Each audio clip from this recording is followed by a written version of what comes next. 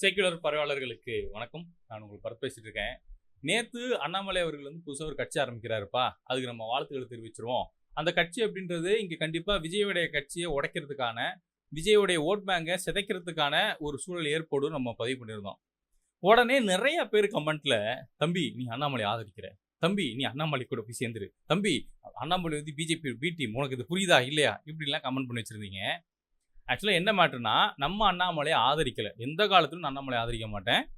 ஏன்னா நம்மளுடைய ஆரம்ப காலகட்டம் பயணமே அந்த அண்ணாமலைக்கு ஃபேவராக இருக்கக்கூடிய ஒரு யூடியூப் சேனல் தான் நம்மளுடைய பயணமே ஆரம்பிக்குது. ஸோ ரொம்ப நெருக்கத்தில் அவங்களெல்லாம் பார்த்ததுனால எனக்கு தெரியும் அவங்களோட அரசியல் எப்படி இருக்கும், என்ன பண்ணுவாங்க, அது எப்படி மேனிப்புலேட் பண்ணுவாங்க நமக்கு தெரியும். எக்காரணத்தை கொண்டு அண்ணாமலைக்கு நம்ம ஆதரவு கிடையாது. ஆனால் இந்த இப்போ இருக்கக்கூடிய அரசியல் சூழ்நிலையில் அண்ணாமலை போன்ற ஆட்கள் களத்துக்குள்ளே வரும்போது யங்ஸ்டர்ஸோடைய தாக்கம், படித்த இளைஞர்களுடைய தாக்கம் ரொம்ப அதிகமாக இருக்கும். அண்ணாமலை கிட்ட அவங்க அப்படியே போய் சேருவாங்க. இந்த தாக்கம் யாரை பாதிக்கும் அப்படின்னு பார்த்தோம்னா, தாவேகா அப்படின்ற அந்த கட்சியை தான் பாதிக்கும். ஏன்னா கருத்தியலா தாவேகா கிட்ட எந்த ஒரு கொள்கையும், கோட்பாடும், எந்த ஒரு தத்துவமும், எந்த ஒரு சிந்தனையும் அவங்க கிட்ட கிடையாது. திமுக ஆட்சியில் இருக்கும்போது கூட தமிழ் தேசியம் அப்படின்ற ஒரு சிந்தனை மிகப்பெரிய ஒரு உருவ நிலையை எடுத்திருந்தது. அதுக்கு மிக முக்கிய காரணம் அந்த கட்சியினுடைய நிறுவனர் சீமான் அவர்கள். அப்போ இந்த மாதிரியான கருத்தியல் மோதல் இருந்ததுன்னா, திராவிடமா தமிழ் தேசியமா? இந்த சைடு திக சம்பந்தப்பட்டவங்க, திமுக சம்பந்தப்பட்டவங்க, கம்யூனிசம் பேசக்கூடிய நபர்கள், விசிக போன்ற நபர்கள், இவங்க எல்லாருமே தமிழ் தேசியத்தை பற்றி நிறைய விவாதங்கள் நடத்தினாங்க. இந்த சைடு தமிழ் தேசிய தரப்பில் நிறைய விவாதங்கள் திராவிடத்தை எதிர்த்து முன்வைக்கப்பட்டது. அப்போ ஒரு கருத்தியல் ரீதியான ஒரு ஆரோக்கியமான ஒரு அரசியல் நம்ம பார்த்தோம். ஆபாசம் இருந்தது, ஆனால் இப்போ இருக்கிற அளவுக்கு கிடையாது. ஆனால் இப்போ தாவேகா அரசாங்கம் பொறுப்பேற்றுக்கிட்ட இந்த சூழல், அதாவது இந்த கட்சி ஆரம்பிக்கப்பட்ட அந்த காலத்திலிருந்து இப்போ பொறுப்பேற்ற இந்த சூழல் வரைக்குமே ஆபாசம் அப்படின்ற அந்த கிராஃப் இருக்குல்ல, அது ஒரு மிகப்பெரிய ஒரு பீக்கை அடைஞ்சிருக்கு. இந்த ஆபாசத்தை வச்சுக்கிட்டு தான் இங்கே தாவேகா அரசியல் பண்ணிட்டு இருக்கிறாங்க. தாவேகாவை எதிர்த்து கேள்வி கேட்கக்கூடிய நபர்களை ஒடுக்குறாங்க, மன உளைச்சல் ஏற்படுத்துறாங்க. அவங்கள இந்த அரசியல் களத்திலேருந்தே அப்புறப்படுத்தலாம். இந்த மாதிரி ஆபாச தாக்குதல் நடத்தணும், தனிநபர் தாக்குதல் நடத்தினோம்னா தாவேகா அரசாங்கத்தை கேள்வி கேட்கக்கூடிய நபர்களை இந்த பொது தளத்திலிருந்து அப்புறப்படுத்த முடியும் அப்படின்னு இந்த தாவேகா மாஃபியா கும்பல் நினைக்குது. இந்த சூழல்ல அண்ணாமலை அவர்கள் நான் கட்சியிலிருந்து விலகிறேன்னு ஒரு அறிவிப்பை கொடுத்து, நான் மாற்றுவோம் மாறுவோம் அப்படின்னு சொல்லி ஒரு புதிய ஒரு முழக்கத்தை முன்வைத்து அவர் செயல்படுறாரு. ஆக்சுவலாக இந்த தத்துவத்தை, இந்த கோட்பாடை யார் இதுக்கு முன்னாடி பயன்படுத்தலாம்? சீமான் அவர்கள் மாறுவோம் மாற்றுவோம்னு அவர் சில முன்மொழியை முடிஞ்சாங்க. இன்னைக்கு அதே விஷயத்தை இன்னைக்கு அண்ணாமலை முன்மொழிகிறாரு. அண்ணாமலை நேற்று பேசும்போது இந்த மண்ணுக்கான அரசியல், இந்த மண்ணுடைய உரிமையை காக்கக்கூடிய, இந்த மண்ணோட கலாச்சாரத்தை காப்பாற்றக்கூடிய ஒரு தத்துவம் வாய்ந்த ஒரு அரசியலை, ஒரு ஆரோக்கியமான ஒரு நாகரிகமான அரசியலை நான் முன்னெடுக்கணும்னு ஆசைப்படுறேன்.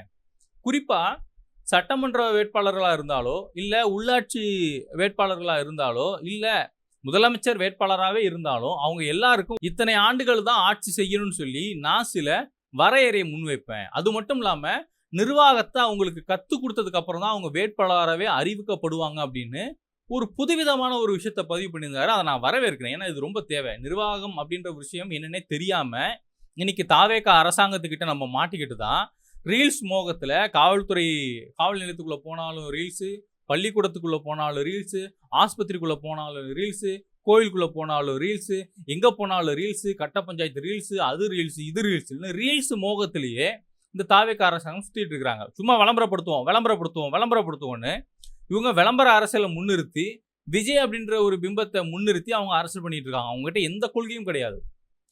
இந்த சூழலில் அண்ணாமலை முன் வச்சிருக்கக்கூடிய இந்த புதிய பாதையை நான் வரவேற்கிறேன். இது தேவை. இப்படி ஒரு சூழல் உருவாகும் போது தான் திமுக அவங்களுடைய கருத்தியலை இன்னும் ஆழமாக யங்ஸ்டர்ஸ் கிட்ட வலுப்படுத்த முடியும். அதிமுக செதஞ்சு போச்சு, அது அவ்வளோ சோழி முடிஞ்சிச்சு. இன்னைக்கு கூட அதிமுகவுடைய மிக முக்கியமான நபர்கள் எல்லாரும் தாவேகா அலுவலகத்தில் போய் வாசல்ல வெயிலில் காத்து நிற்கிறாங்க. இதை விட ஒரு கேவலம் அந்த இயக்கத்துக்கு எதுவுமே கிடையாது. அந்த இயக்கத்தில் இருக்கக்கூடிய தொண்டர்கள் தயவு செஞ்சு இந்த துரோகிகளெல்லாம் சும்மா விடாதீங்க, சரியா? இந்த சைடு நாம் தமிழர் யங்ஸ்டர்ஸ் கிட்ட, மக்கள்கிட்ட அவங்களுடைய தமிழ் தேசிய கொள்கை, அந்த தமிழ் தேசியத்துக்குள்ளே இருக்கக்கூடிய சமத்துவம், சமூக நீதி போன்ற கோட்பாடை கொண்டு போய் அவங்க முன்னிறுத்துறதுக்கு இப்படி ஒரு கால சூழல் நமக்கு தேவை. அண்ணாமலை போன்ற ஆட்கள் வரும்போது இது மாதிரியான சித்தாந்த மோதல்கள் அதிகமாக இருக்கும். சித்தாந்த மோதல்கள் இருக்கணும், அதை விட்டுட்டு சில்லறத்தனமான மோதல்கள் இருக்கக்கூடாது.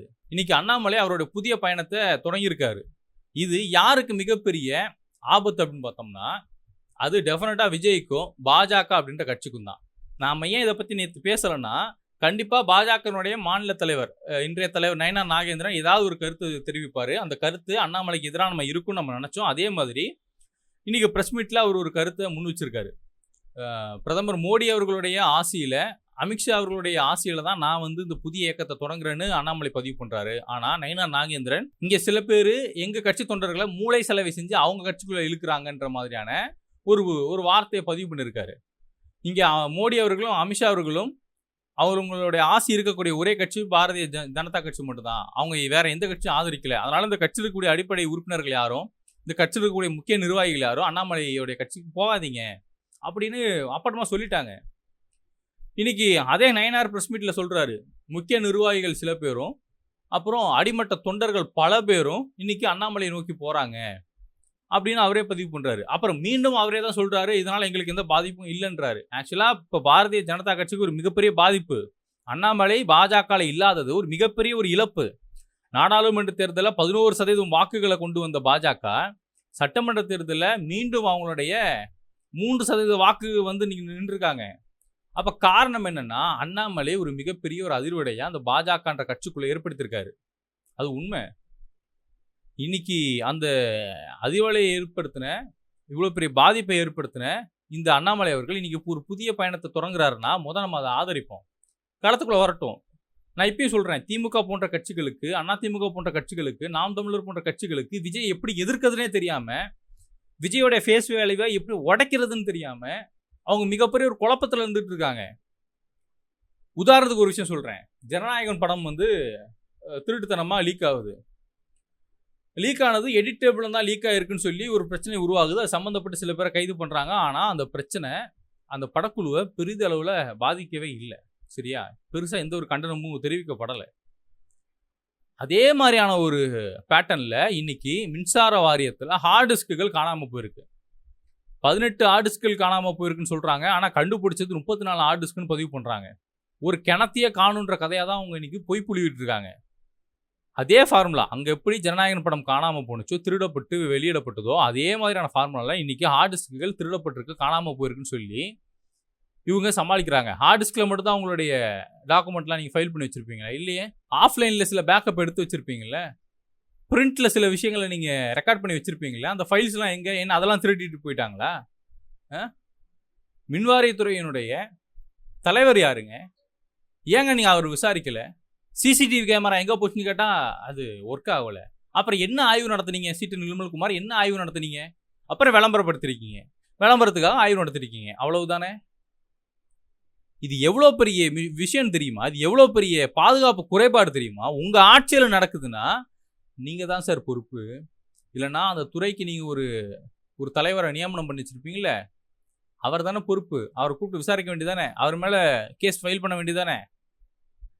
இது எதுவுமே இல்லாம அப்பட்டமா பொய் புலிவிக்கிட்டு திரிகிறாங்க இந்த தாவேக அரசாங்கம். இப்ப இதை எதிர்த்து டெக்னிக்கலா டேக்கிள் பண்றதுக்கு திமுகவால முடியல, அதிமுகவால முடியல. 2 பேரும் என்ன கேள்வி கேட்கறாங்கன்னா, ஆடிஸ்க்கு காணோம், தாவேக அரசனுடைய நிர்வாக திறனற்ற செயல்னு சொல்லி பேசுறாங்க. ஆனா இதே விஷயத்த லீகலா பேசுறதுக்கு அண்ணாமலையால முடியும்.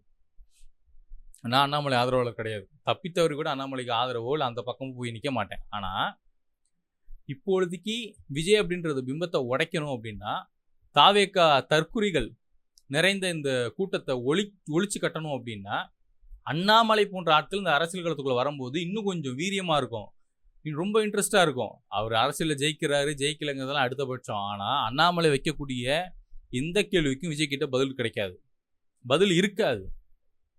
இன்னைக்கு உதயநிதி ஸ்டாலின் இறங்கி அடிக்கிறாரு.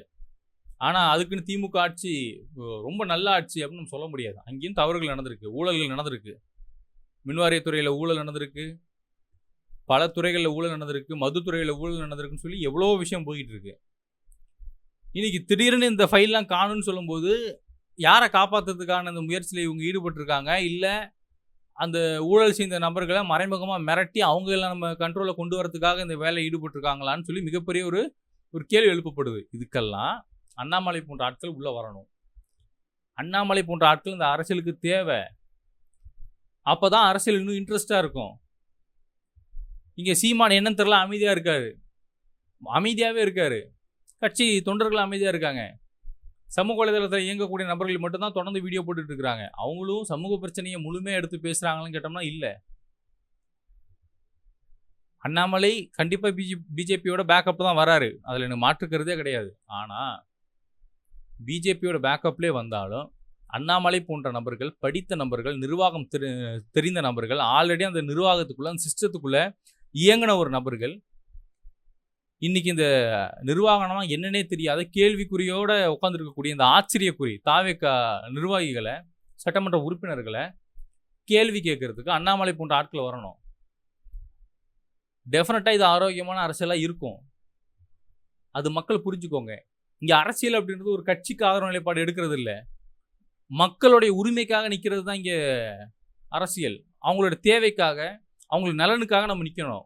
அந்த நலனுக்காக யார் வந்தாலும் நமக்கு தப்பு இல்லை. அரசியலுக்குள்ளே வரட்டும், அரசியல் பண்ணட்டும், வெற்றி பெறட்டும், ஜெயிக்கட்டும், அவங்க அரசியலை பார்ப்போம். மனசாட்சி தொட்டு சொல்லுங்கள். போன ஆட்சியில் திமுகவை எதிர்த்து சவுக்கு சங்கர் பேசின பேச்சுக்களை இதே தாவேக நபர்கள்லாம் ஆதரித்து கொண்டாடுனாங்க. ஆனால் இன்னைக்கு அதே சவுக்கு சங்கர் இந்த தாவேக அரசாங்கத்தின் மீது மிகப்பெரிய குற்றச்சாட்டை முன்வைக்கிறாரு. ஹார்டஸ் சம்பந்தமா அவரு சில விஷயங்களை பொது வழியில சொல்றாரு. இன்னைக்கு இதை ஏத்துக்க முடியாம எப்படி திமுக அரசாங்கம் ஒரு அடக்குமுறையை சவுக்கு சங்கர் மேல ஏவுனாங்களோ, இன்னைக்கு அதே மாதிரியான ஒரு அடக்குமுறை, ஏன் அதை விட ஆபாச அடக்குமுறையை இன்னைக்கு தாவேகா சவுக்கு சங்கர் மீது ஏவுறாங்க. இதை ஒத்துக்கிட்டு தாங்க ஆகணும். மக்கள் புரிஞ்சுக்கோங்க. இங்கே யார் வேணாலும் அரசியல் களத்துக்குள்ளே வரலாம், ஆனால் வர்றவங்க எல்லாம் நமக்கு நல்லது பண்ணுவாங்கன்னு கேட்டோம்னா இல்லை. ஆனால் இன்னைக்கு அண்ணாமலை முன் வச்சிருக்கக்கூடிய சில விஷயங்கள் கொஞ்சம் புதுசாக இருக்குது, புதுவிதமாக இருக்குது. அப்போ அதை ஃபஸ்ட் நம்ம உள்வாங்குவோம். என்ன சொல்ல வராரு, என்ன பண்ண போகிறாரு, நம்ம உள்வாங்குவோம். அது தெரிஞ்சுப்போம். இப்பயும் சொல்கிறேன், இந்த மண்ணுக்காக குரல் கொடுத்த நபர்களில் மிக முக்கியமான கட்சிகள் அப்படின்னு பார்த்தோம்னா, மிக முக்கியமான சித்தாந்த கொள்கைகள் நிறைந்த ஒரு கட்சின்னு பார்த்தோம்னா அது திமுக. அதுக்கப்புறம் நான் பார்க்குறது நாம் தமிழர். ஆட்சிக்கே வராட்டி மக்களுக்காக பல போராட்டங்களை முன்னெடுத்துருக்கிறாங்க. காங்கிரஸ் மாதிரியான துரோகிகளை இப்போ தான் மக்கள் கண்டுபிடிக்கிறாங்க. இன்றைக்கி அதே காங்கிரஸ் போன்ற துரோகிகள் தாவேக்காவுக்கு ஆதரவு தெரிவித்து அவங்க எம்பி சீட்டுக்காக நிற்கிறாங்க. ஆனால் அந்த நிற்கக்கூடிய அந்த நபர்கள்கிட்ட மேகதாதுவை பற்றி நம்ம கேள்வி கேட்டோம்னா தெரிச்சு ஓடுறாங்க. துரோகத்தின் உச்சம் துரோகிகள். இந்த துரோகிகளை இன்னைக்கு தன்னுடைய கூட்டணிக்குள்ளே சேர்த்துக்கிட்டு அதிகார பகிர்வு கொடுத்துக்கிட்டு நாங்கள் அனைத்து மக்களுக்கான அரசியல் பேசுகிறோம்னு சொல்லி இன்னைக்கு தாவேக்கா நாடகம் ஆடுறான். அதை புரிஞ்சுக்கோங்க, தெரிஞ்சுக்கோங்க. என்னோட இருக்கும் அனைத்து உறவுகளுக்கும் நன்றி.